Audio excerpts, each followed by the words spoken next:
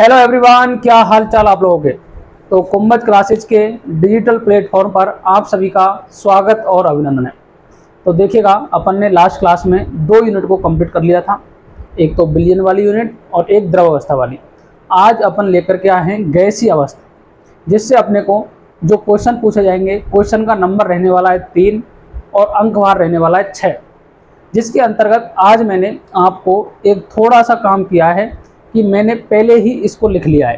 अर्थात लिखने से मैं सोच रहा हूँ कि आपका देखते हैं कितना टाइम बचता है।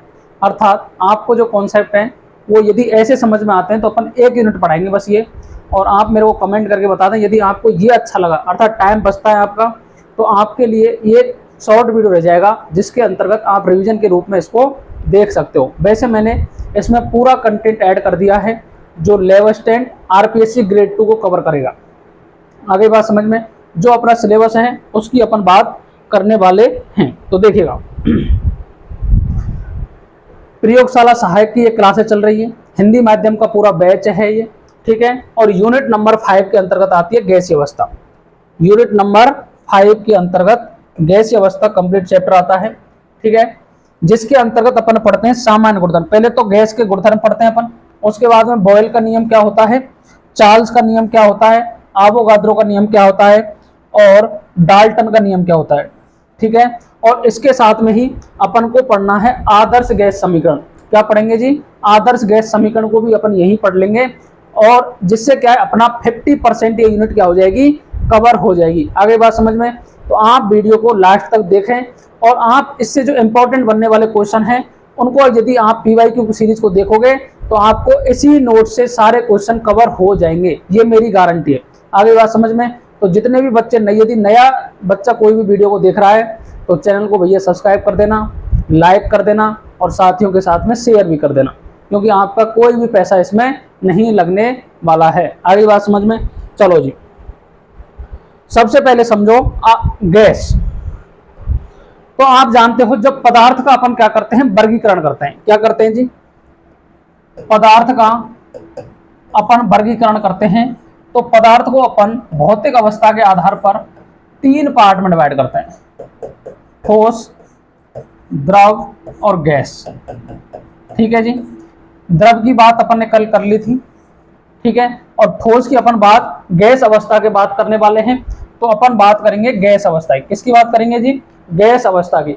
अब जो गैस होती है, गैस की अपन क्या पढ़ेंगे, कैरेक्टरिस्टिक्स पढ़ने वाले हैं। सबसे पहले आप समझ लो कि गैस होती क्या है। तो आप समझते हो कि सर गैस तो अपन रोजाना ही यदि खाना बना रहे हैं अपन, तो खाने में अपन रोजाना यूज कर रहे हैं LPG गैस, बोलो लिक्विफाइड पेट्रोलियम गैस।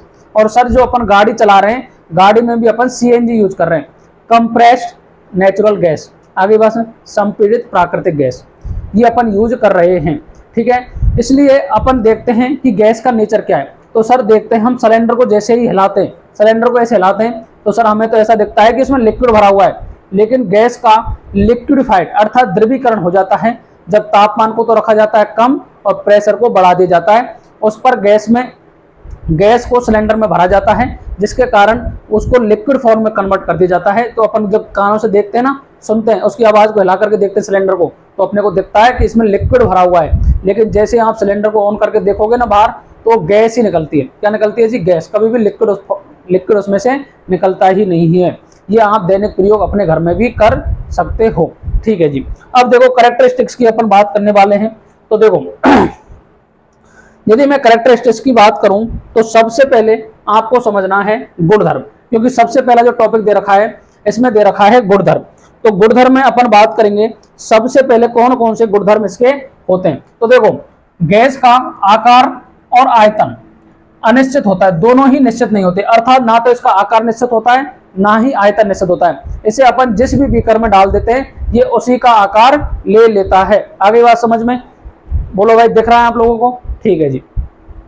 इसके बाद में गैसों में संपीड्यता का गुणांक पाया जाता है, संपीड्यता का गुण पाया जाता है। संपीड्यता का मतलब होता है जैसे गैस को आप क्या करोगे, प्रेशर लगाओगे तो गैस संपीड़ित हो जाती है, अर्थात गैस को अपन दबा सकते हैं। आगे बात समझ में, क्योंकि सिलेंडर में जब गैस भरते हैं ना अपन, तो संपीड्य गुण के कारण ही भरा जाता है उसको, इसके अलावा अपन उसको नहीं भर सकते। तो कौन सा गुण मिलता है इसमें सर? संपीड्यता का गुण भी मिलता है। फिर अपन बात करेंगे गैसों के मध्य अंतर आणविक बल नगण्य होते हैं, अर्थात गैस के जो पार्टिकल होते हैं ना, इनके मध्य में आकर्षण बल कम होते हैं, इसलिए इनके जो कण होते हैं वो दूर दूर प्रेजेंट होते हैं। क्या होते हैं जी? दूर दूर प्रेजेंट होते हैं। गैसों को निम्न ताप व उच्च दाब पर सिलेंडरों में भरा जाता है। आपको पूछ लेगा कि जब अपन गैस को फिल करते हैं किसी सिलेंडर में तो कौन कौन सी कंडीशन अपने को देखने को मिलती है, तो अपने को याद रखना है निम्न ताप उच्च दाब। ठीक है जी। इसके बाद में नेक्स्ट है गैसों का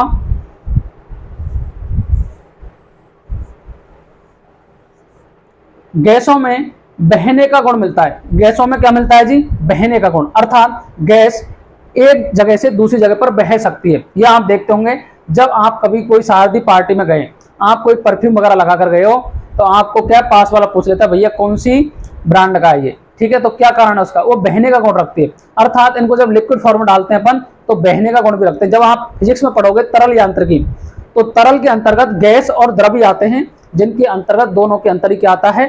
बहने का गुण पाया जाता है। आगे बात समझ में। नेक्स्ट, गैसों का घनत्व न्यूनतम होता है। गैसों का घनत्व न्यूनतम क्यों होगा? क्योंकि देखो गैस के जो पार्टिकल हैं वो क्या है? दूर दूर हैं, तो वॉल्यूम ज्यादा है, वॉल्यूम ज्यादा में कम पार्टिकल प्रेजेंट हैं, इसलिए उसका घनत्व कम हो जाता है। क्योंकि आप जानते हो सर कि डी बराबर क्या होता है? बताओ। डी बराबर होता है घनत्व बराबर होता है द्रव्यमान, घनत्व इक्वल टू होता है D equal to mass by volume, अर्थात जब वॉल्यूम इंक्रीज होगा तो घनत्व क्या हो जाएगा? कम हो जाएगा। आगे बात समझ में। बोलो भाई। इसके बाद में नेक्स्ट आता है गैसों में की श्यानता न्यूनतम होती है। गैसों की श्यानता क्या होती है? न्यूनतम, अर्थात गैसें आसानी पूर्वक क्या हो सकती है? प्रवाह कर सकती हैं, इसलिए इनमें श्यानता का गुण क्या होता है? निम्नतम होता है। किन में ज्यादा होता है बताओ? द्रव्य में ज्यादा होता है, ठोसों में तो श्यानता का गुण मिलता ही नहीं है। आगे बात समझ में। गैसों की श्यानता तापमान का प्रभाव पड़ता है। गैसों की श्यानता पर तापमान का प्रभाव पड़ता है। जब तापमान बढ़ाते हैं ना तो गैसों की श्यानता बताओ कम होती है बढ़ जाती है? तो गैसों की श्यानता बढ़ जाती है। ये बात इंपॉर्टेंट करके डाल लेना आप, क्योंकि यदि बात करेगा गैसों की श्यानता, याद रख लेना गैसों की श्यानता तापमान बढ़ाने पर बढ़ जाती है। आगे बात समझ में। ठीक है जी। अब देखो तापमान इंक्रीज करोगे तो श्यानता भी क्या हो जाती है? इंक्रीज हो जाती है। नेक्स्ट, गैसों की श्यानता पर दाब का कोई प्रभाव नहीं पड़ता है। आपको पेपर में पूछ लेगा स्टेटमेंट बना के कि गैसों की श्यानता पर दाब का क्या इफेक्ट पड़ता है? घट जाता है, बढ़ जाता है, या कोई इफेक्ट नहीं पड़ता है? उपरोक्त सभी। तो आपको लिखना है कोई भी प्रभाव नहीं पड़ता है। आगे बात समझ में। तो दाब का कोई भी प्रभाव नहीं पड़ता है। नेक्स्ट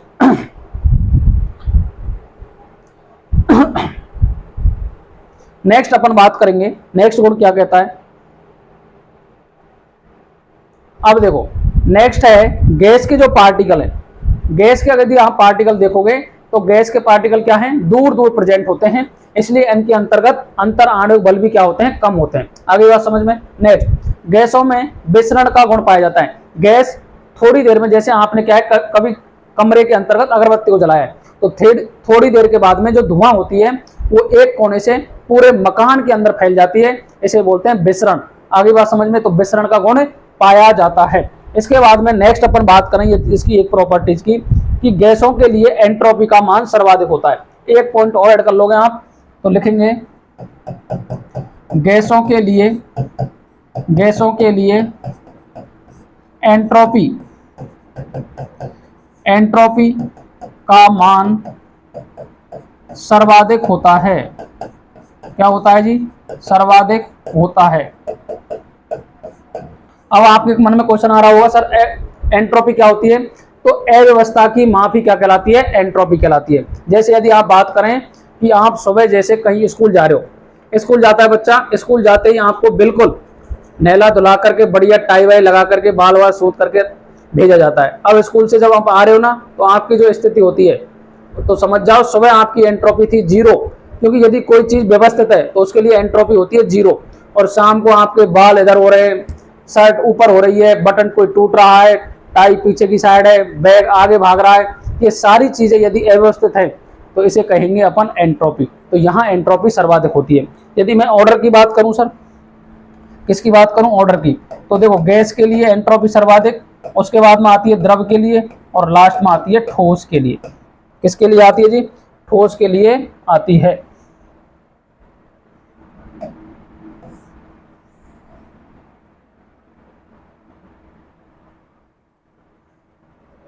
इस तरीके से आप याद रख लोगे। बोलो भाई, गुणधर्म में किसी को कोई परेशानी हो तो बताओ।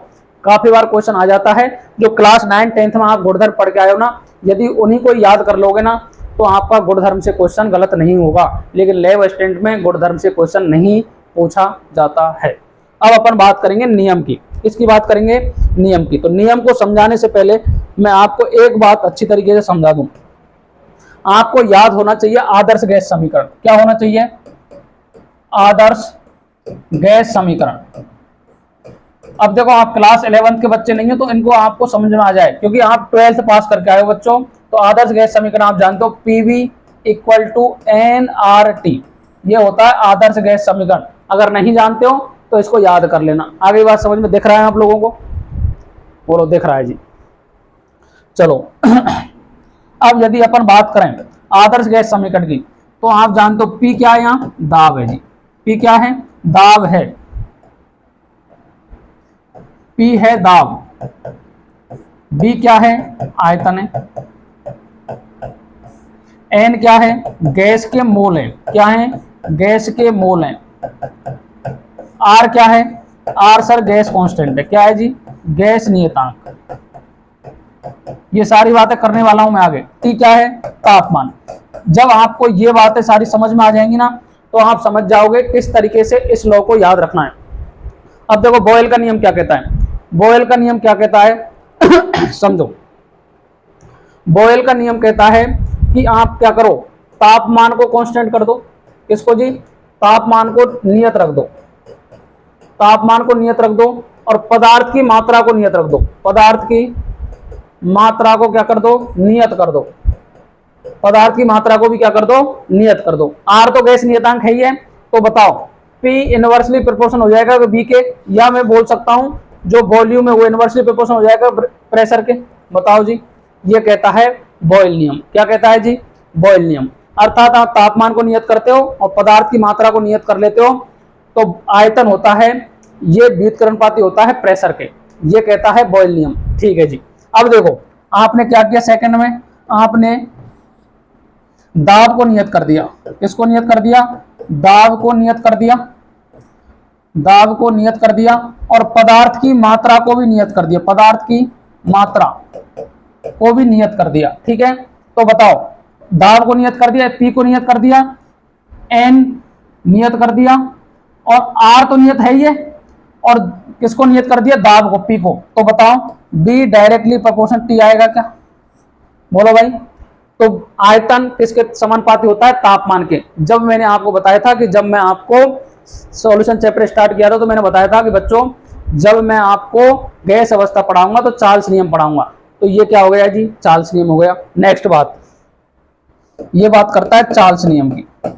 ठीक है, ये किसकी बात करता है, ये बॉयल की बात करता है।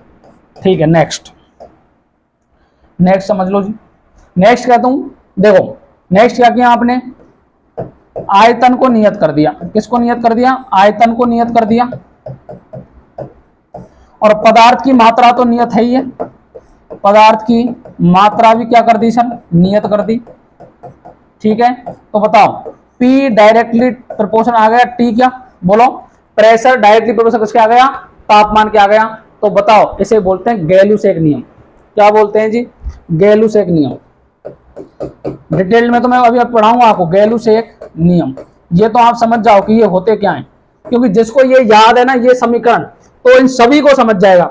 इसके बाद में बात करें, यदि आपने दाब को भी नियत कर दिया, दाब नियत और ताप नियत, दाब नियत और ताप नियत, दाब को भी नियत कर दिया और ताप को भी नियत कर दिया, तो बताओ बी डायरेक्टली प्रोपोर्शन हो गया कि एन, बोलो जितना आयतन है उसमें उपस्थित मोल की संख्या के क्या हो जाता है, समानुपाती हो जाता है।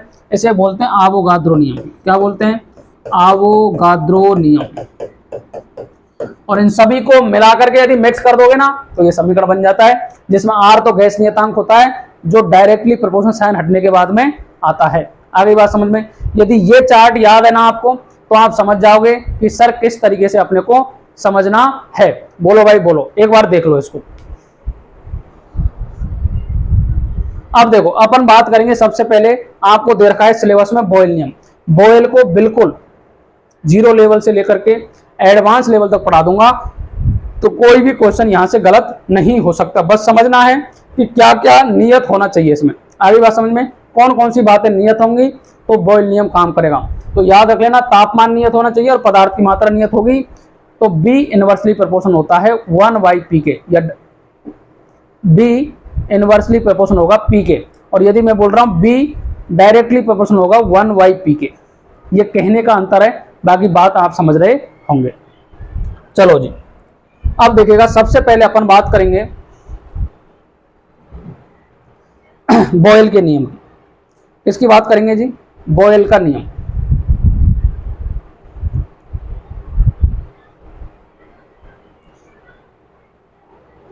तो बॉयल का नियम को समझने के लिए सबसे पहले, वैसे तो मैंने आपको समझा दिया है लेकिन आप समझ जाओ बॉयल का नियम क्या कहता है। इस नियम के अनुसार नियत ताप क्या होना चाहिए जी, इस नियम के अनुसार नियत ताप पर गैस की निश्चित मात्रा, गैस की क्या होनी चाहिए, निश्चित मात्रा कर दो, निश्चित मात्रा का आयतन गैस के दाब के व्युत्क्रमानुपाती होता है। क्या होता है जी, व्युत्क्रमानुपाती होता है। इसे क्या कहते हैं अपन, बोलो भाई। बॉयल का नियम क्या कहते हैं, बॉयल का नियम कहते हैं। मैंने आपको बताया इस नियम के अनुसार नियत ताप पर यदि आपने गैस की मात्रा को नियत कर दिया है तो जो आयतन होता है वह डायरेक्टली प्रोपोर्शनल होता है 1/p के, या बोलूं मैं व्युत्क्रमानुपाती होता है दाब के। कैसे ही बोल दो आप, समझ लो इस बात को। इसमें भी काफी बार कंफ्यूजन हो जाता है बच्चों को। देखो b इनवर्सली प्रोपोर्शन होता है p के। अब इसे मैं बोल सकता हूं आयतन समानुपाती होता है, समानुपाती है 1/p के। ये बात भी सही है। या मैं बोलूं b व्युत्क्रमानुपाती है प्रेशर के। कैसे ही बोल दो आप इसको, दोनों बातें सही हैं। आगे बात समझ में। चलो जी, अब देखो जो कह रहा है वही अपन ने लिखा है, b इनवर्सली डायरेक्टली प्रोपोर्शन होता है 1/p के। ये कौन कहता है जी, बॉयल नियम कहता है। और क्या होना चाहिए, नियत ताप होना चाहिए और निश्चित गैस की मात्रा होना चाहिए। अब ठीक है, ये डायरेक्टली प्रोपोर्शनल का साइन हटेगा तो ये कांस्टेंट आता है k। तो b इक्वल टू k/p, ये आ गया। बोलो भाई, अब इसको क्या लिख सकते हैं, pb इक्वल टू k लिख सकते हैं क्या, बोलो जी। आ गई बात समझ में। अब आपको पता है आदर्श गैस समीकरण, क्या पता है जी, आदर्श गैस समीकरण पता है। तो देखो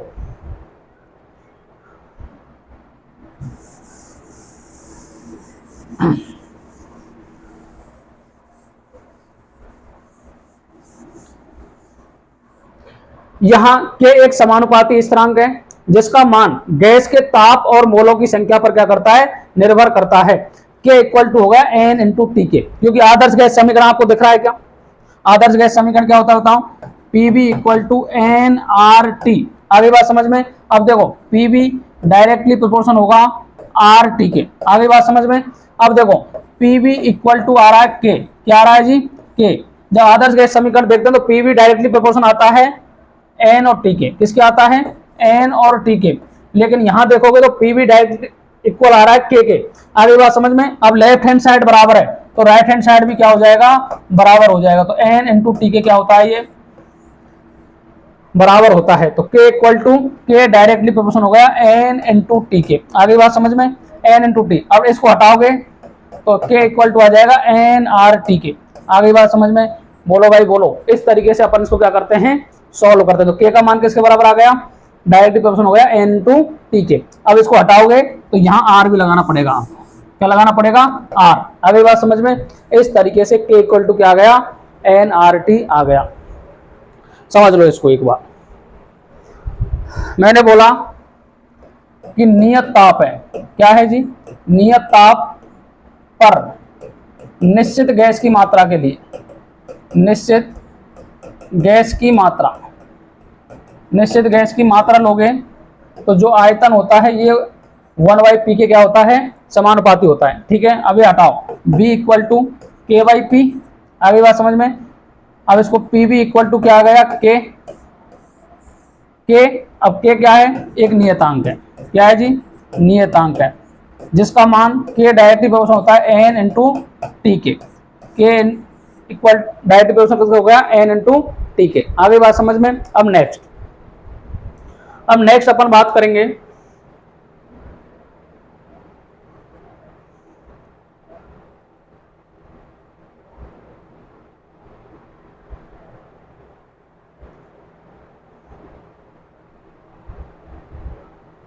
देखो Pv इक्वल टू क्या है, कांस्टेंट है, तो P1 V1 equal to P2 V2 equal to P3 V3, अर्थात आपको P1 बराबर हो P1 V1 इक्वल हो जाएगा P2 V2 के, और P2 V2 इक्वल हो जाएगा P3 V3 के, क्योंकि K इक्वल टू क्या है, N इंटू टी।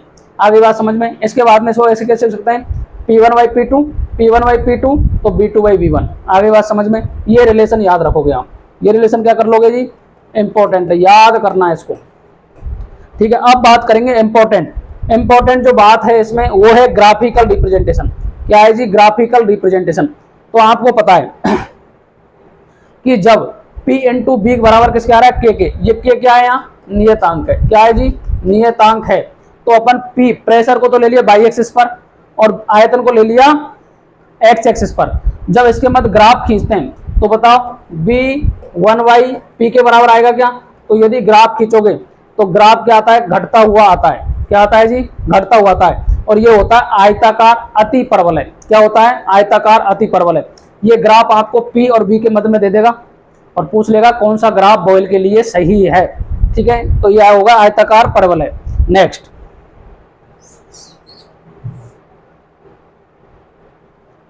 अपन बात करेंगे कि आपको जब ग्राफ में एक से ज्यादा टेम्परेचर दे दे, क्या दे दे, एक से ज्यादा टेम्परेचर दे देगा तो किस तरीके से सॉल्व करना है। तो देखो आपको ऐसे टेम्परेचर दे रखे T3 T2 और T1, क्या दे दिए, T3 T2 और T1। अब आप जानते हो P और B के मध्य में ग्राफ खिंचा हुआ है। अब आपको पता है K किसके बराबर होता है, N इंटू टी के। तो बताओ यदि मैं बात करूं तो यहाँ कौन ज्यादा होगा, बताओ, K डायरेक्टली प्रोपोर्शनल किसके हैं, बताओ, K किसके डायरेक्टली प्रोपोर्शनल है, N इंटू टी के। तो तापमान के जो तापमान ज्यादा क्षेत्रफल घेरेगा उसके ज्यादा हो जाएगा, तो ये हो जाएगा T3 T2 और T1। क्या हो जाएगा नहीं, T3 T2 और T1, अर्थात T3 ज्यादा है, उससे कम T2, उसके बाद में T1। इसके बाद में नेक्स्ट बात करेंगे अपन, यदि आपको ग्राफ, क्योंकि इसमें ग्राफ ही इंपॉर्टेंट है बच्चों। अब आपको यदि आपने देखा होगा तो अपन जब फिजिक्स में पढ़ते हैं तो बाई इक्वल टू होता है mx प्लस सी। ठीक है, बाई यहां बाई अक्ष है, बाई क्या है यहां, बाई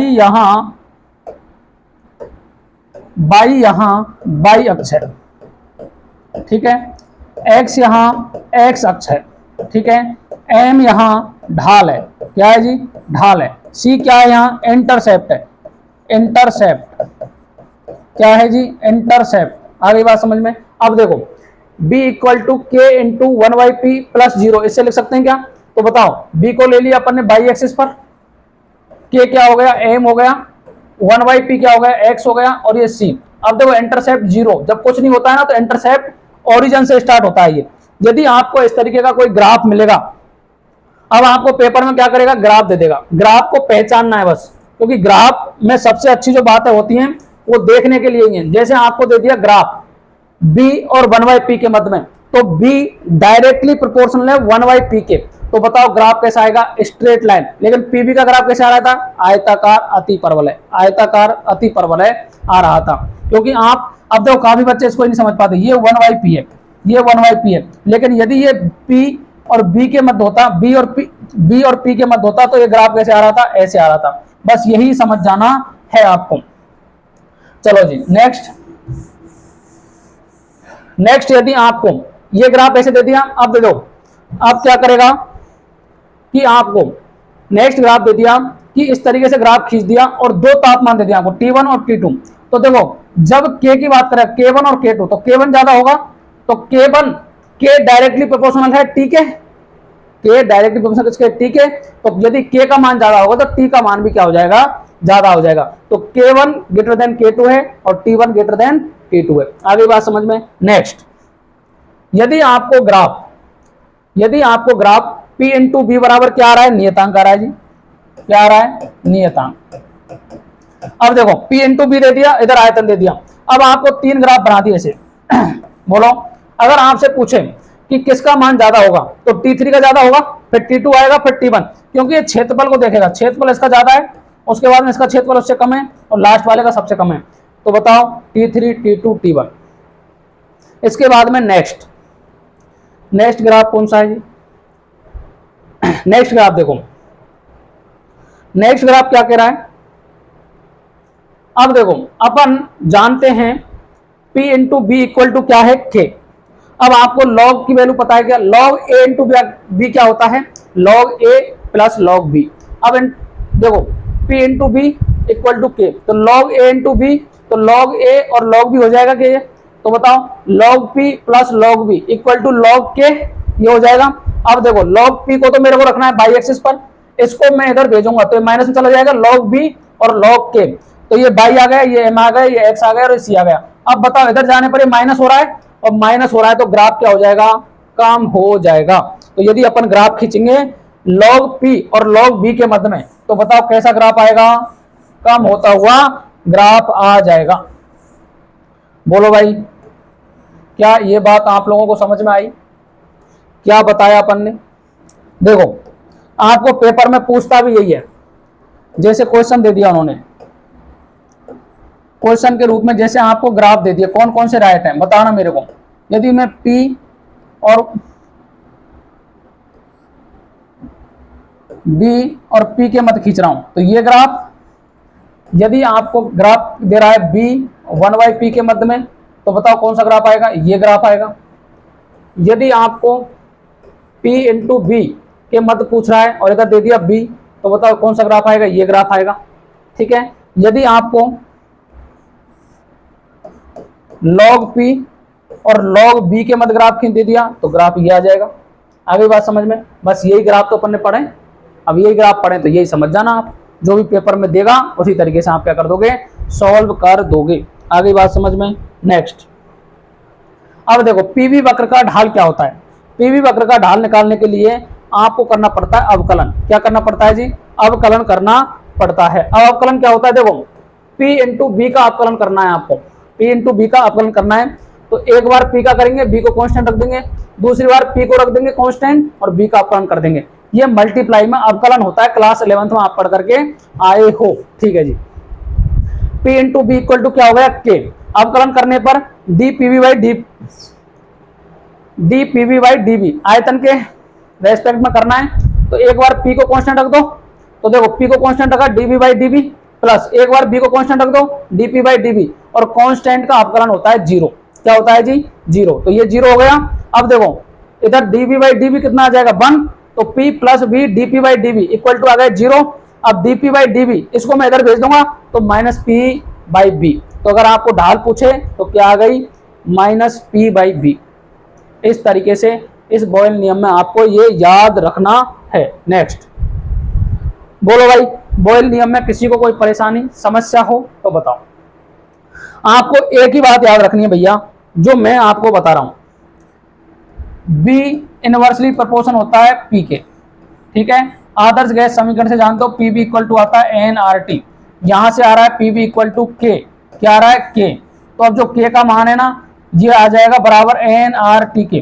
तो बताओ यदि K की वैल्यू इंक्रीज होगी तो बताओ टेम्परेचर की वैल्यू भी क्या हो जाएगी, इंक्रीज हो जाएगी। यदि ये बात पता है ना आपको तो आपका एक भी ग्राफ गलत नहीं होगा। यदि आपको P और B का ग्राफ पीछे तो ये आएगा, P इधर ले लिया B इधर ले लिया, या B इधर ले लिया P इधर ले लिया, कोई बात नहीं है। यदि आपको B और 1/P का पूछे तो ग्राफ आएगा ऐसे। आगे बात समझ में। यदि लॉग लेके कर रहा है तो घटता हुआ बना लेना, यदि P इंटू बी और B का बना रखा है तो क्या लग देना, स्ट्रेट लाइन। स्ट्रेट लाइन में कांस्टेंट, अर्थात ऐसे। ठीक है जी।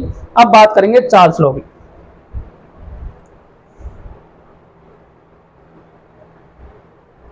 चलो जी, चार्ल्स लॉ किसकी बात करता है? नियत दाब पर बात करता है। सबसे पहले कौन सी बात पर ध्यान देंगे अपन? किस पर काम करता है? नियत दाब पर। नियत दाब पर।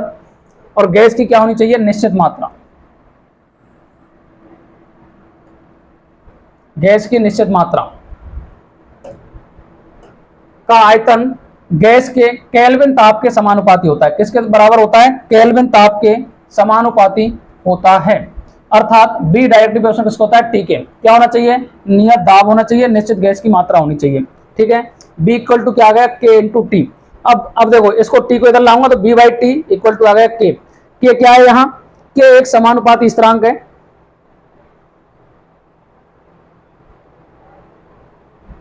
के एक समानुपाती स्थिरांक है जिसका मान गैस की मात्रा एवं दाब पर निर्भर करता है। किस पर निर्भर करता है जी? दाब पर निर्भर करता है। B इक्वल टू क्या आ गया? के इंटू टी। अब बताओ B क्या हो गया? NRT by P. Adarsh gas समीकरण लगाओगे तो पी भी इक्वल टू होता है एनआरटी, तो B इक्वल हो गया एनआरटी बाई पी। अब आपको पता है B और T तो क्या डायरेक्टली प्रोपोर्शनल है, तो बताओ ये जो K की वैल्यू है, K की वैल्यू क्या है? NR by P.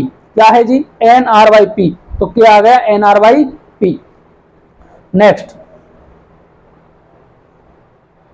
नेक्स्ट बात करेंगे इसके ग्राफ की। किसकी बात करेंगे जी? ग्राफ की बात करने वाले हैं। ग्राफीय निरूपण। तो ग्राफीय निरूपण कैसे करोगे बताओ? b इक्वल टू आ गया के इंटू टी प्लस सी। तो देखो, b को रख लिया बाई एक्सिस पर, k हो गया m और t हो गया x। m क्या है? स्लोप। अब ये क्या है? स्लोप। और c क्या है? इंटरसेप्ट। इंटरसेप्ट क्या है? 0। तो ये इंटरसेप्ट से स्टार्ट होगा। तो बताओ डायरेक्टली प्रोपोर्शनल का साइन है, तो b और t के मध्य ग्राफ खींचोगे तो क्या आएगा? समदाबी वक्र। यदि m की बात करें, m क्या आ गया? NR by P. ढाल क्या होती है? बताओ भाई, ढाल क्या है यहाँ? के। ढाल क्या है? के। और के का मान क्या होता है? NR by P. ये आपको पता ही है। बोलो। इसके बाद में सेकंड ग्राफ की बात करेंगे। यदि आपको इस तरीके का कोई ग्राफ दे रखा है, क्या दे रखा है जी? कोई भी ग्राफ दे रखा है। यहाँ आपको दे रखा है वॉल्यूम, और यहाँ दे रखी है टेम्परेचर। यहाँ टेम्परेचर दे रखा है, यहाँ वॉल्यूम दे रखा है। देखो, अब आपको 3 ग्राफ दे रखे हैं, P1, P2 और P3। ठीक है। यहाँ वैल्यू है K1, K2 और K3। अब बताओ, आपको सबसे ज्यादा वैल्यू किसकी दिख रही है? K1, उसके बाद में K2 और K3। आ गई बात समझ में? अब बताओ, K इनवर्सली प्रोपोर्शनल है 1 बाई पी के, क्योंकि आपने पढ़ के आए हो K equal to N R by P. तो P के इनवर्सली प्रोपोर्शनल हो गया। तो K1, K2, K3 में से K1 बड़ा है, तो बताओ यहाँ कौन बड़ा हो जाएगा? P3, क्योंकि इनवर्सली प्रोपोर्शनल का साइन है। तो यहाँ कौन स्टार्ट हो जाएगा बताओ? P3 less than P2 less than P1। आगे बात समझ में? अब अपन बात करेंगे नेक्स्ट ग्राफ क्या है? 3rd नंबर का एक ग्राफ। ये आपको कहां देता है बताओ भैया? ये आपको थर्मोडायनेमिक्स में पढ़ते हो आप। इसमें पढ़ते हो? थर्मोडायनेमिक्स में। अब देखो, बी और टी के मध्य में ग्राफ खींचना है। देखो, ये ग्राफ खींचा है इन्होंने, ये ग्राफ इस तरीके से बना हुआ है। तो बताओ, यहाँ बी डायरेक्टली प्रोपोर्शनल है टेम्परेचर के, तो बताओ ग्राफ कैसा आएगा? ऐसा आएगा। ठीक है। अब देखो, यहाँ इस ग्राफ को देखो, ये इधर बढ़ रहा है, इधर ये कम हो रहा है। तो बताओ यहाँ कौन कांस्टेंट है? तो देखो, यहाँ कौन कांस्टेंट है? तापमान, क्योंकि तापमान में कोई भी अंतर नहीं दिख रहा है, तो ये समतापी हो गया। इसके बाद में अगर मैं यहाँ बात करूं तो ये कौन कांस्टेंट हो गया? ये वॉल्यूम कांस्टेंट हो गया। तो देखो, ये किसको शो कर रहा है? समदाबी को। ये कौन? समतापी को। और ये किसको कर रहा है? सम आयतनी को। किसको कर रहा है? सम आयतनी को। ये ग्राफ में बना देता हूं, एक बार आप समझ जाओ। इस तरीके से ग्राफ है,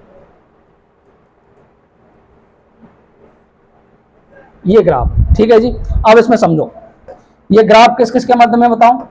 ये है बी और टी के मध्य में। किसके मध्य में? बी और टी के मध्य में। अब देखो, यहां से यहां देखोगे, ये ग्राफ किसका आ गया? ये ग्राफ आ गया समदाबी का। किसका आ गया जी? समदाबी का, क्योंकि यहां देखो दाब बढ़ रहा है। ठीक है। इसके बाद में ये देखो, ये स्तर देखोगे तो तापमान में कोई अंतर दिख रहा है क्या? बोलो। तो ये हो गया समतापी। क्या हो गया? समतापी। अब इसको ऐसे देखो, तो बताओ वॉल्यूम में कोई अंतर दिख रहा है क्या? वॉल्यूम देखो, यहाँ वॉल्यूम का रेशो ये है, तो वॉल्यूम में कोई अंतर दिख रहा है क्या? नहीं। तो ये हो गया सम आयतनी। क्या हो गया? सम आयतनी। एक बार ग्राफ भी आपसे पूछ सकता है कि निम्न में से सम आयतनी कौन सा पार्ट दिखा रहा है। इनको नंबर दे देगा ए बी सी। तो देखो बी और सी तो समतापी है, ए और बी समतापी है, और ए और सी क्या है, समायतनीय। आगे बात समझ में, बोलो भाई। नेक्स्ट ग्राफ की बात करेंगे। नेक्स्ट ग्राफ यदि आपको ग्राफ किसमें दे दे, बताओ भाई। यदि आपको ग्राफ इस तरीके से बी और टी, ठीक है, और बी टी और तापमान के साथ में दे दे, तो इसका ग्राफ आएगा इस तरीके से, ठीक है। इसमें कोई भी अंतर आपको नहीं दिखेगा क्योंकि ये नियतांक वैल्यू है। आगे बात समझ में, एक बार देख लो इसको। देखो जी, बी और टी का जो ग्राफ होता है, बी और टी का जो ग्राफ है वो बताओ भाई, इस तरीके से क्या हो जाएगा, कांस्टेंट, नियत हो जाता है। बोलो भाई बोलो। इस तरीके से चार्ल्स लॉ भी क्या हो जाता है आपका, खत्म हो जाता है। लेकिन इसका एडवांस रूप देखेंगे अभी। अब देखो वैकल्पिक रूप क्या है। वैकल्पिक रूप वैसे तो आपको पेपर में नहीं आएगा, लेकिन अपन इसको पढ़ लेते हैं। वैकल्पिक रूप होता क्या है, तो देखो नियत दाब पर, क्योंकि चार्ल्स लॉ किस पर काम करता है, नियत दाब पर। नियत दाब पर गैस की निश्चित मात्रा का ताप 0 डिग्री सेंटीग्रेड, इस पर 0 डिग्री सेंटीग्रेड बढ़ाने पर गैस का आयतन 0 डिग्री सेंटीग्रेड पर आयतन का 1/273 गुना बढ़ जाता है। इधर ले लिया आपने ताप, इधर ले लिया आयतन। अब देखो यदि 0 डिग्री सेंटीग्रेड है तो यहाँ आयतन है बी नॉट। यदि आपने 1 डिग्री सेंटीग्रेड टेम्परेचर को बढ़ाया तो आयतन हो गया B not plus B not by 273, अर्थात एक सही 1/273 गुना क्या हो जाता है, बढ़ जाता है। यदि आपने टेम्परेचर को कर दिया 2 डिग्री सेंटीग्रेड, क्या कर दिया जी, टेम्परेचर को कर दिया 2 डिग्री सेंटीग्रेड, बताओ भाई 2 डिग्री सेंटीग्रेड कर दिया, तो बताओ ये B not by 273 plus B not by 273, तो क्या इसको B not plus 2 B not by 273 लिख सकते हैं क्या। अब ठीक है सर, मैंने धीरे धीरे टेम्परेचर को बढ़ाकर टी डिग्री सेंटीग्रेड ही कर दिया, तो यहां बताओ टी से मल्टीप्लाई हो जाएगा क्या, बोलो भाई। तो B not plus B not by 273 into T. अब देखो इसका यदि वैकल्पिक रूप देखोगे आप, तो देखो B nought B T equal to B not plus B not by 273 plus T. अब देखो बी टी को तो ले लिया अपन ने बाई एक्सिस पर, बी नॉट हो गया सी, ये हो गया एम, और ये हो गया एक्स। आगे बात समझ में, बाई बराबर एम एक्स प्लस सी से क्या कर देंगे इसको, एम एक्स प्लस सी से क्या करना है, कंपेयर कर देंगे। इसको कंपेयर करेंगे तो क्या कंडीशन दिखने वाली है, समझो जी। कंडीशन देखोगे तो आपको समझ में आ जाएगी कहानी क्या है। देखो इस तरीके से आप देखो, ये 0 है और ये ग्राफ खींच रखा है मैंने, ठीक है जी। अब देखो आपको इंटरसेप्ट ये कुछ ना कुछ वैल्यू यहां आएगी, कुछ ना कुछ वैल्यू क्या है सर, ये वैल्यू है बी नॉट, क्या है जी, बी नॉट वैल्यू, क्योंकि आपको दिख रही होगी। सी क्या है यहाँ, बताओ भाई, सी है बी नॉट, ठीक है। इसके बाद में नेक्स्ट ये ढाल है, ढाल, ये क्या है जी, ये है ढाल। इसकी जो ढाल निकलेगी, ढाल है जी बी नॉट बाई 273, यही है, ठीक है। ये बी टी है बाई एक्सिस पर, और ये आपने लिया टेम्परेचर, क्या ले लिया जी, टेम्परेचर ले लिया। इस तरीके से ग्राफ खींचेगा। इसको डॉटेड लाइन द्वारा जब पीछे मिलाओगे तो ये आएगा नेगेटिव में, तापमान क्या हो जाएगा आप जानते हो, इधर की साइड में पॉजिटिव, इधर की साइड में आता है नेगेटिव, ठीक है जी। ये जो नेगेटिव आता है ये आता है -273.15 डिग्री सेंटीग्रेड, और इसे बोला जाता है परम शून्य ताप। क्या बोला जाता है जी, परम शून्य ताप, यही इसी को बोलते हैं 0 केल्विन। क्या कहा जाता है, 0 केल्विन कहा जाता है। आगे बात समझ में जी, ठीक है। अब समझो होता क्या है, परम शून्य ताप क्या होता है। तो देखो ऐसा ताप जिस पर गैस का आयतन घटकर शून्य के बराबर हो जाता है, ऐसा ताप जिस पर गैस का आयतन घटकर शून्य के बराबर हो जाता है परम शून्य ताप कहलाता है। इसका मान -273.15 डिग्री सेंटीग्रेड या 0 केल्विन होता है। यह ताप प्रायोगिक रूप से संभव नहीं है, प्रकृति में इससे कम ताप भी संभव नहीं होता है। अगर टेम्परेचर को आपको केल्विन में चेंज करना है तो T degree centigrade plus 273.15 add करोगे तो टेम्परेचर हो जाएगा केल्विन में। आगे बात समझ में, जैसे एग्जांपल के लिए मैंने आपको दिया सर 27 डिग्री सेंटीग्रेड, क्या दिया 27 डिग्री सेंटीग्रेड, मेरे को इसको केल्विन में चेंज करना है, तो 27 प्लस 273, तो ये आ गया 300 केल्विन। क्या आ गया, 300 केल्विन। इस तरीके से क्या कर लोगे, इसको कन्वर्ट करना आप लोगों को आना चाहिए। बोलो भाई next.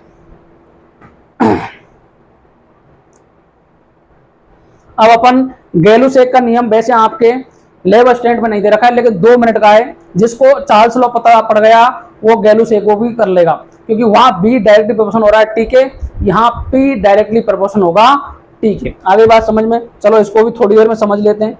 Graph same to same ऐसे ही है। नियत आयतन पर गैस की निश्चित मात्रा का दाब केल्विन ताप के सीधे समानुपाती होता है। पी डायरेक्टली प्रोपोर्शनल होता है टी के। नियत आयतन पर निश्चित गैस की मात्रा होनी चाहिए। P equal to K T, P by T equal to K, वहां क्या आ रहा था B by T equal to K, तो यहाँ P one by T one equal to यहाँ P two by T two. अगर मैं करूँ P one by P two तो ये हो जाएगा T two by T one. इस तरीके के इस फॉर्मूले पर ही क्वेश्चन आते हैं। यदि मैं ग्राफ की बात करूं तो ग्राफ की बात करोगे तो पी और टी का ग्राफ तो सीधा आएगा, बताओ। और यदि आपको P1 और T दो ताप दे दिए तो K1 बड़ा होगा K2 से, तो B2 ग्रेटर देन हो जाएगा B1 से, क्योंकि यहां बात करेगा आयतन की। आगे बात समझ में, नेक्स्ट।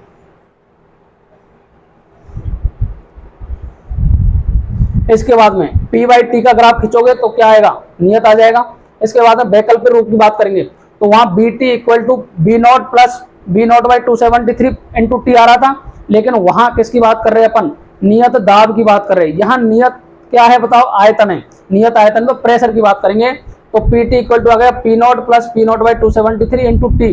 ग्राफ खींचोगे तो सेम टू सेम ऐसा ही आ जाएगा। आगे बात में परम शून्य ताप हो जाएगा, यहाँ दाब घट करके क्या हो जाएगा, जीरो। क्या हो जाएगा जी, दाब घट के जीरो हो जाएगा। वहां आयतन जीरो हुआ था, यहाँ दाब घट करके जीरो हो जाएगा। इतना ही पढ़ना है गैलू-सेक।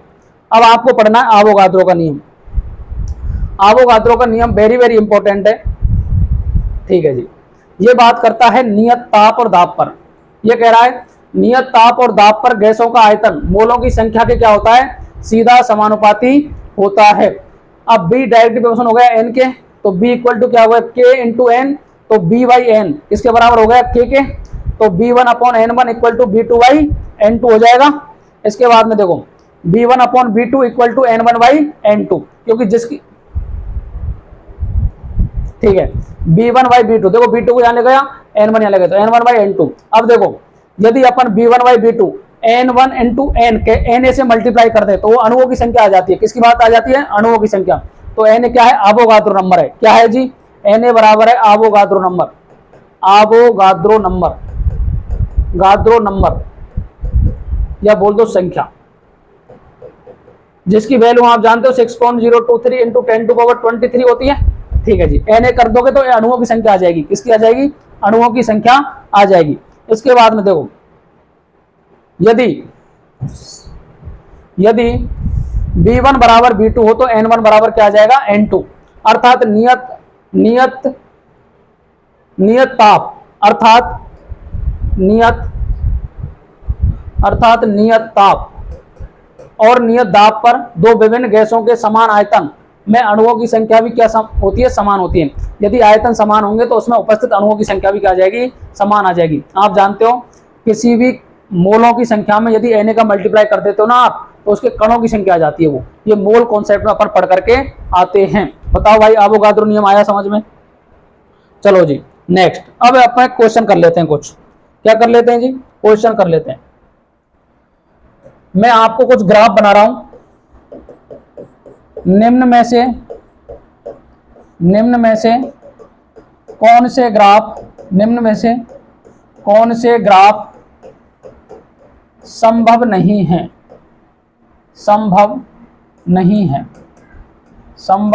है। ठीक है जी, जो भी ग्राफ बनाऊंगा वो ध्यान से देखना है आपको। पहला वाला ए, P और बी वाला देखो, B और P, C, B और P, D। अब देखो मैं सारे ग्राफ एक साथ ही बना रहा हूं। B 1 बाई P, ई देखो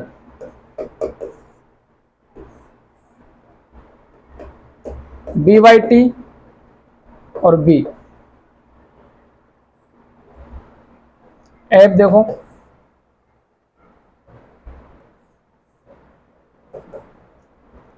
P Y T into T. जी देखो B Y T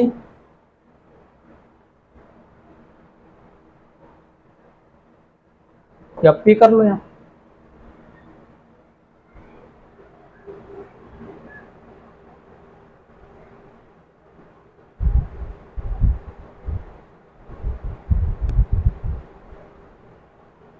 T.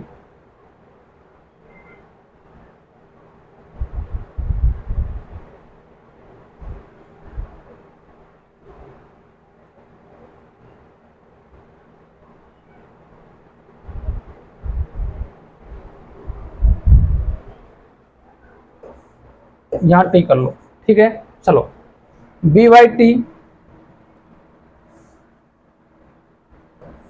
Into T, ठीक है। F P Y T into T. आपको बताना है निम्न में से कौन से ग्राफ संभव नहीं है। एक ग्राफ आपको पेपर में पूछेगा, 101% पूछ लेगा जी, पूरी पूरी गारंटी है। देखो भाई, पी और बी का ग्राफ ये होता है क्या? बिल्कुल गलत है सर, क्योंकि ये ग्राफ ऐसे आता है। क्या बी और पी का ग्राफ आएगा क्या? नहीं सर, ये भी ऐसे आता है। क्या बी और पी का ग्राफ सही है? तो ये सही है, ठीक है। क्या बी और 1/p का सही है क्या? तो ये सही है, ठीक है। इसके बाद में बी वाई टी और टी का ये आता है क्या? नहीं सर, ये आता है ये वाला, ठीक है। पी वाई टी और टी का ये आता है क्या? नहीं सर, ये आता है ये, ठीक है। बी वाई टी और टी का आता है कि ये, और ये भी क्या है? करेक्ट है। इस तरीके से ये ग्राफ क्या हो जाएंगे आपके? सही हो जाएंगे। बोलो भाई, इस तरीके ग्राफ पहचान लोगे क्या? तो जो भी इस क्लास को देख लेगा वो आसानी पूर्वक एक क्वेश्चन 101% सही कर देगा। चलो जी, एक क्वेश्चन कर लेते हैं। निम्न में से निम्न ग्राफ के लिए कौन सा सही है? कौन सा सही है? ए ऑप्शन, बी और पी के लिए।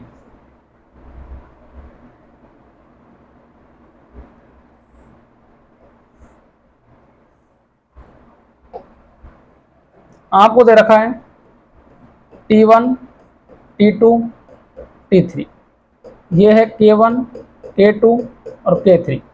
कौन सा सही है? अब देखो, इसके लिए आपको स्टेटमेंट पूछे। ए ऑप्शन दे रखा है K1 बराबर है K2 के बराबर है K3 के। बी ऑप्शन दे रखा है K1 ग्रेटर देन है K2 के और ये K3, ठीक है। सी ऑप्शन है K3 K2 और K1, और डी ऑप्शन है K1 K2 और K3। एक तो ये हो जाएगा। नेक्स्ट, यही ऑप्शन और बना रहा हूं मैं, ए बी सी डी। देखो क्या दे रखा है? दे रखा है sir T1 T2 T3, T1 T2 T3, T1 T2 T3, T3 T2 और T1। आगे बात समझ में? ऐसा ग्राफ आपको पेपर में देखने को मिलेगा। निम्न में से कौन सा सही है? कौन सा सही है? समझो भाई। देखो जी, आपको क्या क्या दे रखा है? आप देखो बी और पी का दे रखा है। ये ग्राफ किसका दे रखा है सर? बी और पी का। तो आपको समझना क्या है, ये बात कर रहा है सर बॉयल के नियम की। किसकी बात कर रहा है? बॉयल के नियम की। बॉयल के नियम की बात कर रहा है। मैं जानता हूं सर बॉयल का नियम क्या होता है। बी इनवर्सली प्रोपोर्शन होता है 1/p के। बी और ये आ गया के बराबर। आगे बात समझ में? सर मैं जानता हूं कि इसको किसके बराबर करना है? P B equal to N R T के। क्या जानते हो पी बी बराबर के है? तो पी बी बराबर, यहाँ पी की वैल्यू क्या रख देंगे? के इक्वल टू आ गई एन आर टी।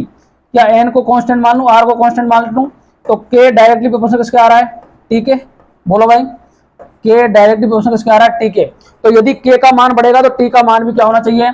के का मान यदि इंक्रीज होगा तो टी का मान भी क्या होना चाहिए? इंक्रीज होना चाहिए। अब हो जाएगा। बोलो भाई, समझो। अब देखो, यहां देखोगे एरिया की बात करेंगे। किसकी बात करेंगे? एरिया की बात करेंगे। देखो यहां एरिया की बात करूं मैं तो ये एरिया आ रहा है कवर में, बोलो भाई ये एरिया आ रहा है क्या, ये एरिया कवर में आ रहा है। यदि मैं नीचे वाले के लिए बात करूं तो नीचे वाले के लिए बात करूं तो ये एरिया कवर में आ रहा है, बोलो भाई ये एरिया कवर में आ रहा है। यदि मैं और नीचे वाले के लिए कवर बात करूं तो नीचे वाले के लिए और बात करें तो नीचे वाले के लिए आ रहा है ये, बोलो भाई। तो ये बताओ ये एरिया कम है क्या, ये एरिया कम है क्या, बिल्कुल सर कम है, तो बिल्कुल कम है। तो बताओ ये कम वैल्यू हो जाएगी, तो K3 सबसे कम आना चाहिए, क्या आना चाहिए, K3 सबसे कम आना चाहिए। तो सर ये रहा K3 और एक बार ये रहा, बराबर तो नहीं हो सकता, ठीक है जी। K3 कम आना चाहिए, तो K3 ये तो ज्यादा आ रहा है, ये कट गया, ये कट गया, तो कौन सा हो गया, D answer is the correct answer. अब आप जानते हो कि डायरेक्ट तापमान के, तो तापमान में भी यही कहानी होगी। तो तापमान में बताओ ये क्या आ जाएगा, T1 greater than T2 greater than T3। तो सी ऑप्शन, एक में सी आ जाएगा और एक में डी ऑप्शन। क्या कर लोगे बॉयल के नियम के क्वेश्चन, इस तरीके के क्वेश्चन आपको ग्राफ के पूछे जाते हैं। आगे बात समझ में, बोलो भाई। अब नेक्स्ट अपन बात करेंगे आदर्श गैस समीकरण की। किसकी बात करेंगे, आदर्श गैस समीकरण, ठीक है। किसकी बात करेंगे जी, आदर्श गैस समीकरण। तो देखो आदर्श गैस समीकरण आप जानते ही हो, अब पूरा पढ़ के आ गए हो आदर्श गैस समीकरण में। आप जानते हो कि बॉयल का नियम क्या कहता है जी, बॉयल का नियम कहता है बी डायरेक्टली प्रोपोर्शनल है 1/p के, या बी इनवर्सली प्रोपोर्शनल है p के। ये कह रहा है बॉयल का नियम। बी डायरेक्टली प्रोपोर्शनल है, चार्ल्स का नियम कह रहा है। बी डायरेक्टली प्रोपोर्शनल है n के, ये कौन कह रहा है, आवोगाद्रो नियम कह रहा है। आवोगाद्रो नियम कह रहा है, तो 1 2 3 से कर लो। यदि लेफ्ट हैंड साइड बराबर है, मैथ में आपने पढ़ा होगा लेफ्ट हैंड साइड बराबर है तो राइट हैंड साइड भी क्या होगी, बराबर हो जाएगी। तो बी डायरेक्ट प्रोपोर्शनल हो गया NT/P के, किसके, NT/P के। अब इसको हटाना है, डायरेक्टली प्रोपोर्शनल के साइन को हटाना है, तो अपन एक कांस्टेंट यूज करते हैं। तो कांस्टेंट क्या आ गया, आर। आर को बोलते हैं गैस नियतांक, क्या बोलते हैं जी, गैस नियतांक कहा जाता है। आर को क्या कहा जाता है, गैस नियतांक कहा जाता है, ठीक है। अब ये समीकरण क्या बन जाता है, PV इक्वल टू NRT, क्या बन जाता है, PV equal to NRT। P क्या है यहाँ, P सर दाब है, P क्या है, P दाब है, B आयतन है, N गैस के मोल हैं, R गैस नियतांक है और T क्या है, तापमान है। अब इसके बाद में R की इकाइयां एवं मान, R गैस नियतांक है, अलग अलग यूनिट में अलग अलग मान होता है। यदि मैं बात करूं तो R निकालोगे तो PV/NT आएगा क्या, बिल्कुल सर। N क्या है, मोल है, T क्या है, तापमान। तो मोल इनवर्स और केल्विन इनवर्स, ये तो आ गई इसका नीचे वाला पोर्शन का, और ऊपर दाब की इकाई ले लेना और आयतन की इकाई। यदि आयतन डेसीमीटर क्यूब में है तो डेसीमीटर क्यूब यूज कर लेना। आयतन अगर दाब ATM में, पास्कल में है, न्यूटन पर मीटर स्क्वायर में है, अलग अलग यूनिट में दे रखा है, तो उसी हिसाब से यूनिट चेंज हो जाएगी। कुछ यूनिट मैंने आपको बता रखी है। तो देखो P की इकाई इंटू B की इकाई अपॉन मोल इंटू केल्विन, ये इसकी यूनिट आ जाएगी। अब यूनिट के अनुसार इसके अगर मान की बात करें, अपन किसकी बात करें जी, मान की बात करें, तो मान किस तरीके से आता है समझो। सबसे पहले बात करें आर की वैल्यू की, किसकी बात करें जी, आर की वैल्यू की। तो आर की वैल्यू 0.0821, 0.0821, इसको बोलते हैं 1/12। कितनी बोलते हैं, 1/12। ये आती है litre ATM mole inverse kelvin inverse में, ठीक है। आर की वैल्यू यदि जूल में लेनी है तो 8.314 joule mole inverse kelvin inverse में आ जाएगी, ठीक है। आर की वैल्यू यदि कैलोरी में दे रखी है, यदि मान कैलोरी में दे रखा है तो R बराबर 2 calorie mole inverse kelvin inverse हो जाएगा। इसके बाद में यदि आपको दे दे R की वैल्यू बार में पूछ ले तो 0.0831, 0.0831 किस में हो जाएगी, bar into litre mole inverse into kelvin inverse. आगे बात समझ में। इसके बाद में बात आती है दाब की, क्योंकि सर दाब की यूनिट चेंज हो सकती है। चलो जी दाब की यूनिट पढ़ लेते हैं। दाब की महत्वपूर्ण इकाइयां जो आपको याद रखनी है, एक तो ATM होती है, बार होती है, पास्कल होती है, न्यूटन पर मीटर स्क्वायर होती है, टॉर होती है, mm/Hg होती है। यदि मैं बात करूं ATM और बार तो बराबर ही होती है, पास्कल में 10⁵5 लगा देना, न्यूटन पर मीटर स्क्वायर में भी 10⁵5 लगा देना, और यहाँ टॉर और mm/Hg में 760 लगा देना। कितना लगाना है, 760। तो समझ लो 1 ATM क्या होता है, 1 एटीएम होता है सर वायुमंडल द्वारा समुद्री सतह पर डाला गया दाब ही क्या कहलाता है, 1 एटीएम कहलाता है। यदि मैं बात करूं सर 1 एटीएम की, तो 1 एटीएम किसके बराबर होता है, 1 एटीएम होता है 1 बार के बराबर। 1 एटीएम इक्वल होता है 1 बार के, 1 एटीएम इक्वल टू 1 बार के होता है। 1 ATM equal to 1.01325 into 10 to power 5 newton पर मीटर स्क्वायर के होता है। इसे अपन बोल सकते हैं 10 टू पावर 5 पास्कल। कितना बोल सकते हैं इसको, इतना ही 10 टू पावर 5 पास्कल बोल सकते हैं, ठीक है। इसके बाद में 1 बार बराबर होता है 10 टू पावर 5 पास्कल के। 1 एटीएम बराबर होता है 760 टॉर्क के, और 1 एटीएम बराबर होता है 760 mm ऑफ Hg। आगे बात समझ ये यूनिटेंस की, क्या याद रखोगे सर, 1 एटीएम बोलूं या 1 बार बोलूं एक ही बात है। 1 एटीएम बराबर होता है 10 टू पावर 5 न्यूटन पर मीटर स्क्वायर के, या 10 टू पावर 5 पास्कल के, ठीक है। और 1 एटीएम बराबर होता है 760 टॉर्क या 760 mm ऑफ Hg के, किसके, mm ऑफ Hg के इक्वल होता है। इसके बाद बात ये आती है आयतन की। यदि 1 डेसीमीटर क्यूब दे रखा है आपको तो 1 लीटर के बराबर होता है, और यदि 1 सेंटीमीटर क्यूब दे रखा है तो ये 1 ml के बराबर होता है। कभी भी इसमें कंफ्यूज नहीं होना है। बोलो भाई, आदर्श गैस समीकरण समझ गए आप। नेक्स्ट बात आती है आदर्श गैस समीकरण का वैकल्पिक रूप। आदर्श गैस समीकरण को यदि अपन वैकल्पिक रूप की बात करें तो किस तरीके से डिनोट करेंगे, देखो समझो। पीवी इक्वल टू क्या होता है, एनआरटी होता है साहब। पीवी इक्वल टू क्या होता है, एनआरटी होता है। अब मोल आप जानते हो एन बराबर क्या होता है, given weight by molar mass, अर्थात ग्राम बटे अणुभार, ये हो जाएगा। तो W अपॉन एम रख दिया मैंने यहाँ वैल्यू। अब आप जानते हो अगर मैं M को ले जाऊं इधर और B को ले आऊं इधर तो W by B R T. अब W बाई बी क्या होता है, गिवन भार डिवाइड बाई आयतन, ये होता है डेंसिटी, ये होता है जी घनत्व। तो D लगा दूंगा मैं, तो PM इक्वल टू क्या आ गया, DRT। और बात किसकी कर रहे हैं, गैस की, तो गैस का घनत्व बात करेंगे तो PM equal to D gas RT आ जाएगा, ठीक है जी।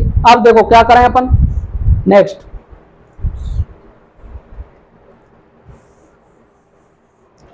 यदि अपन बात करेंगे कि सर आपको क्या कर दें, यदि आपको नियत दाब रख दे, क्या रख दे जी, नियत दाब रख दे, क्या रख दे, नियत दाब रख दे और ताप रख दे, नियत दाब और ताप रख दे, तो देखो ये भी कांस्टेंट हो गया, ये भी कांस्टेंट हो गया, आर तो वैसे ही कांस्टेंट है, तो P1 इंटू M1। चलो चलो समझो समझो, यदि आपको दो डाटा दे दे, कोई भी क्या दे दे, दो डाटा दे दे, तो P1 M1 upon P2 M2 equal to D1 T1 upon D2 T2, अर्थात दो डाटा दे दे और एक पूछ ले, कोई आपको D2 पूछ ले और ये सारे डाटा दे दे, तो कर लोगे क्या। तो इस तरीके से इसका रिप्रेजेंटेशन भी आपको आना चाहिए। इसके बाद कह देंगे सर नियत तो दाब है और नियत ही ताप है, दोनों को नियत कर दिया, अर्थात ये भी जीरो कर दिया और ये भी जीरो कर दिया, मतलब हटा दिया, एक कांस्टेंट रखा तो एक ही वैल्यू आएगी। जैसे मैंने कहा 273 तापमान पर, तो 273 से 273 कट गया तो 1 आ गया। 1 एटीएम दाब पर 1 एटीएम रख दिया तो ये कट गया। तो बताओ M1 by M2 equal to D1 by D2। तो इसे क्या कहेंगे, D1 बाई D2 क्या है, प्रथम गैस का दूसरे गैस के सापेक्ष आपेक्षिक घनत्व कहा जाता है। इसे क्या कहा जाता है, प्रथम गैस का द्वितीय गैस के सापेक्ष आपेक्षिक क्या कहा जाता है, घनत्व कहा जाता है। क्या बात समझे आप। आपको सबसे पहले याद रखना है पीवी इक्वल टू क्या होता है, एनआरटी, ये होता है क्या। अब जान दो PV equal to W upon M into R into T, ठीक है जी। P इंटू एम कर लो, W by B R into T कर लो। W बाई बी जानते हो आप, PM इक्वल टू DRT। बोलो, यदि एक कंडीशन तो ये दे रखी है मेरे को, अब दूसरी कंडीशन में आपको डेंसिटी वगैरह चेंज कर दे, तो P1 M1 divide by P2 M2 equal to D1 T1 upon D2 T2। यदि आपको बोल दे सर कि दाब भी नियत है तापमान भी नियत है, तो बताओ M1 डिवाइड बाई M2, तो ये क्या हो जाएगा D1 बाई D2। तो काफी बार इस पे क्वेश्चन आते हैं, इंपॉर्टेंट लगा के समझ सकते हो। यदि लेवल बढ़ता है पेपर का तो यहां से एक क्वेश्चन आपको देखने को मिल सकता है। नेक्स्ट बात करते हैं आंशिक दाब। किसकी बात करेंगे, आंशिक दाब। अब देखो आंशिक दाब को समझो। एक घर में 5 लोग हैं, क्या है जी, एक घर में 5 लोग हैं, पांचों लोग पैसे कमाते हैं, ठीक है। तो घर की वृद्धि में पांचों लोगों का योगदान होता है कि नहीं होता। तो यदि कुछ, जैसे मैं कुल धन की बात करूं, पूरा घर कमा करके 1 लाख रुपए बनाता है, किसके बराबर, 1 लाख रुपए बनाता है, तो क्या 5 लोग जो पैसे कमा रहे हैं, क्या सभी का योगदान है या नहीं है। तो इसी तरीके से जब आंशिक दाब की बात करते हैं तो प्रत्येक गैस कंटेनर भरोगे आप तो गैस के पार्टिकल होंगे, तो प्रत्येक गैस अपना क्या करती है, दाब डालती है, और प्रत्येक जो दाब डालती है ना पर्टिकुलर, उसे बोलते हैं आंशिक दाब। और ये जो आंशिक दाब होता है ना, ये टोटल प्रेशर के बराबर होता है। अर्थात मैं डालूं और दूसरा पार्टिकल डाले, दोनों का प्रेशर ऐड कर दो तो टोटल प्रेशर आ जाता है। यही कहता है आंशिक दाब का नियम, डाल्टन का आंशिक दाब का नियम। अब आपको मैंने जब राउल्ट्स लॉ पढ़ाया था तो जो विलेयता होती है ना गैस की, उसको मोल फ्रैक्शन के रूप में अपन डिनोट करते हैं। तो यहाँ मोल फ्रैक्शन की ही बात करता है, क्योंकि गैस की विलेयता अपन मोल फ्रैक्शन की टर्म में ही क्या करते हैं, डिफाइन करते हैं, इसलिए मोल फ्रैक्शन आपको याद होना चाहिए। आगे बात समझ में, तो चलो ये समझ में आ जाएगा। यदि ये बात समझ में आपके आ जाएगी तो क्या कह रहा है, गैसीय मिश्रण में किसी घटक के अणुओं द्वारा आरोपित दाब क्या कहलाता है जी, आंशिक दाब कहलाता है। मैंने वही तो बात कही है, प्रत्येक घटक जो दाब डालेगा ना उसे क्या कहेंगे, आंशिक दाब। यदि किसी गैसीय मिश्रण का घटक ए और घटक बी, दो गैस के, एक घटक तो डालेगा नहीं, दो घटक डालेंगे, ए और बी प्रेजेंट हैं, तो दोनों के यदि आंशिक दाब की बात करूं तो एक का होगा P A equal to X A into P total, अर्थात उसकी मोल फ्रैक्शन और टोटल प्रेशर के क्या हो जाएगा, इक्वल हो जाएगा। अब आप जानते हो एक्स से क्या होता है, बताओ, मोल फ्रैक्शन ऑफ ए, तो मोल फ्रैक्शन ऑफ ए क्या होता है, mole of A upon total mole. तो देखो mole of A upon total mole. यदि आपको पीवी निकालना है, पीवी का आंशिक दाब, तो पीवी इक्वल टू क्या हो गया, X B into P T, और एक्स बी क्या हो जाएगा, N B by N total, N A upon N B. तो चलो अब काम कौन करेगा इस पर, डाल्टन का आंशिक दाब नियम। कौन काम करेगा जी, डाल्टन का आंशिक दाब नियम। डाल्टन का आंशिक दाब नियम क्या कहता है, डाल्टन का आंशिक दाब का नियम कहता है कि दो या दो से अधिक गैसों का कुल दाब, दो या दो से अधिक गैसों का कुल दाब घटकों के या प्रत्येक गैस के आंशिक दाबों के योग के बराबर होता है। यदि किसी गैस में टोटल प्रेशर काम कर रहा है, क्या काम कर रहा है जी, पी कुल काम करेगा, तो उसमें उपस्थित P A, P two, P three, P four, P five जितने भी होंगे ना, सभी का आंशिक दाब ऐड कर देना और पी कुल के क्या हो जाएगा, बराबर हो जाएगा। अब आप जानते हो पी कुल क्या होता है, बताओ, P1 क्या होगा बताओ, एक्स इंटू पी टोटल। तो इस तरीके से आप फाइंड कर सकते हो। नेक्स्ट अपन देखेंगे, देखो जी, यदि आपसे पीछे पी कुल क्या पूछे सर, पी कुल पूछे, तो P A plus P B plus P C जितने भी होंगे। अब यहाँ पी ए बराबर क्या है, X A P T, P B क्या है, X B P T, P C क्या है, X C P T, P D क्या होगा, एच डी पी टी। इस तरीके से ये सारे आंशिक दाब को आप ऐड करते हुए चले जाओगे, जिससे किसका निकल जाएगा, बोलो, डाल्टन का आंशिक दाब नियम काम कर जाएगा। ये काम आंशिक दाब से क्वेश्चन नहीं आता है, लेकिन आपको जब मैंने राउल्ट्स लॉ पढ़ाया था तो मैंने बताया था, जब दोनों मिक्सर को मिक्स किया था ना, तो P A plus P B equal to P total, तो वेपर फेज में और नॉर्मल गैसियस फेज में मैंने आपको मोल फ्रैक्शन फाइंड करना सिखाया था वहाँ, तो वहाँ से आप इसको समझ जाओगे। इसका यूज है, उपयोग को यूज है, लेकिन इसका स्वयं का कोई क्वेश्चन नहीं आता है। आगे बात समझ में। इसके कुछ अपवाद हैं।